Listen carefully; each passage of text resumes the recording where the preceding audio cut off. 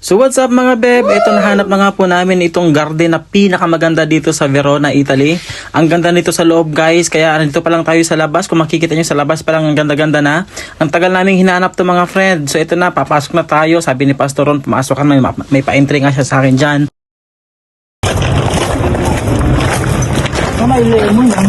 Ganda ang tataas ng mga pine tree dyan. Tignan nyo naman kung gaano kaganda to beb. Halika, sambahan nyo kami at libutin natin ang pinakamagandang garden na ito mga beb. Wala siyang mga bulaklak, puro lang siya green. Green grass of home. Ayun. So yan, napaka-green lang po ng paligid. Wala kang makikita dyan, kundi puro mga dahon, nagtataas ang mga pine tree. Pine tree. Yun. So tara, panoorin nyo na lang ito at mag-enjoy kayo sa panonood. Let's go!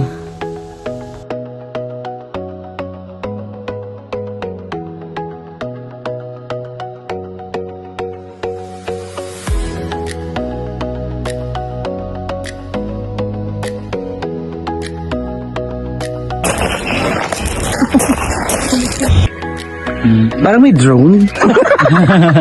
Human drone. Ito, Ang isa. ganda na. Grabe. Ito, isa yun. Umaya ko na yan titignan dahil gusto ko ma-excite.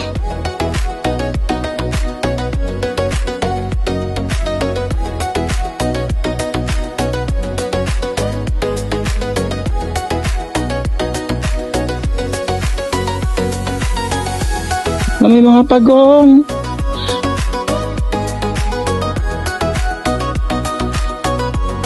May mga pagong. Ang dami nila. Gonggong. Basta kayo dyan mga gonggong. Gonggong.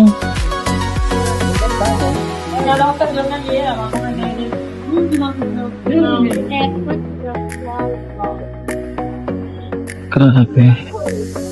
Hindi ko talaga ma-imagine na madadala ko dito ng Panginoon. Sana madala ko rin dito ang aking pamilya. Diba? Mga anak ko, yung asawa ko, mga kapatid ko. Sobra.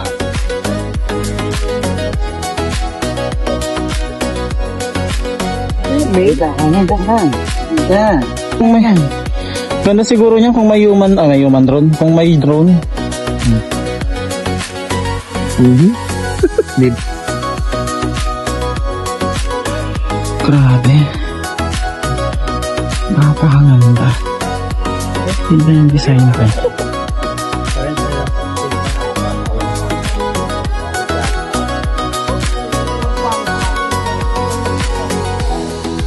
Ano ka din yan na gano'n? Yan.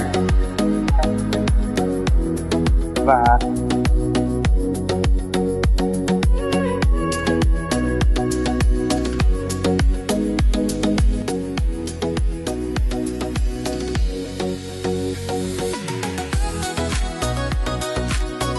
Kaya pag may gagawin ka sa buhay mo, anong dito mo?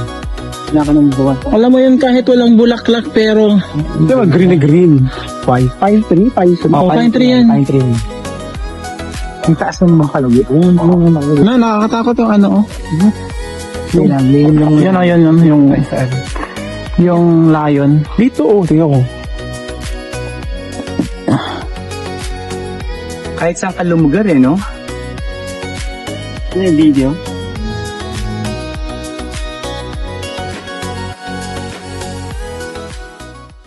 Mga kababayan! Hep hep! Hooray!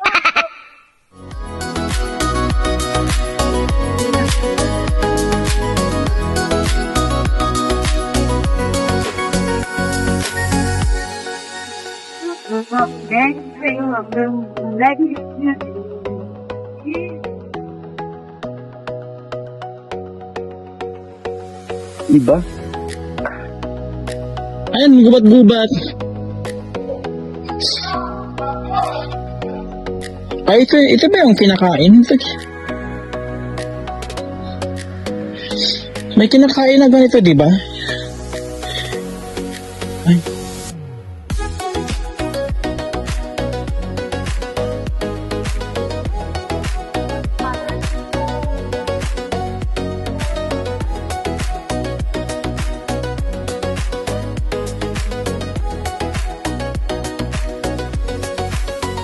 Pagkatapos nga po namin ikutin ang napakagandang garden ng Verona, Italy, sa ilalim ng napakainit na araw, so nagdesisyon ako kaming umuwi dahil napakainit at nagutom na nga po kami.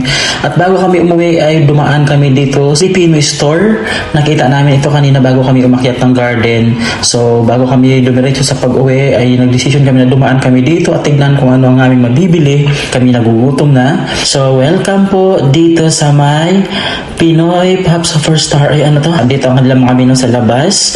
Mayroon diyang taho, mayroon diyang coconut juice, mayroon diyang crofol, halo-halo, turon, obi cappuccino, kare-kare, pad thai, basta lahat mayroon na yan. Ayan, pumasok kami dito sa loob. Meron silang steak. Oh, napakadami nilang display dito, beb. Ayan, may mga Lucky Me, may mga chicheria, Argentina corned beef, yeah. Pinch of Pinoy. So, mag-self-talk pa sa atin ng konti dyan para, syempre, kahit pa paano, alam mo naman mga Pilipino, bago makabenta, self-talk muna. Red Horse. May kinuha dyan si Bro Judel na Red Horse at pinakita niya sa amin. Yan, kapag halo-halo tayo. Meron din silang mga ganito talaga. Pinch of Pinoy. Yun pala yung pop nila. May pakaway-kaway po si Katy Perry. Ang laki pala, kaya pala ang tagal. Sabi ko, sobrang special siguro yan. Totoo naman pala. Ay, hindi po. Worth it naman.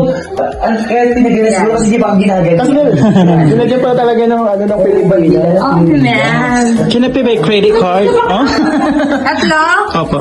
Okay, 2040. Tatlo kayo, mga boys. Kami po, Croatia po kami dalawa. Opo. Nag-card kotse kayo? Para dito, di ba? Meron. Ano? Grabe na. Sarap nito. Sigurado ka. Sigurado. Masarap talaga. Napakasarap ito. Itsura pa lang, parang ano mo yung... Masarap yung ubi nila. Masarap yung ice cream. Sige, propose ko to. Homemade yan. Ayan o. Pinch of Pinoy, halo-halo. Sarap. God bless po. Salamat po. Ano sa Croatia? Walang Pilipino. Halos nakabukas-bukas ang Mga ano po, grocery yan. grocery pa lang. Wala na kayo doon? Ilang oras sa bus kayo? 10 hours. 10 hours sa car. Good luck sa mga puwet. Sobra po. Hindi nga ako makatulog sa kita ng aking ano eh. At dahil dyan, Tulog pa yun na, di ba? Every year kasi nag-Croatia kami. Pero doon lang sa yung mga 3 hours drive lang simula dito.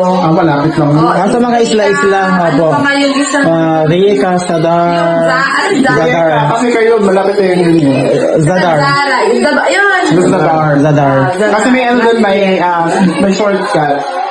Kapag sa Grand kayo, medyo malayo. Oo, dulo nga eh. Kasi yun ang pinaka-main city. Oo, ayan. So, alis na po kami na. Sige po, wait ko na.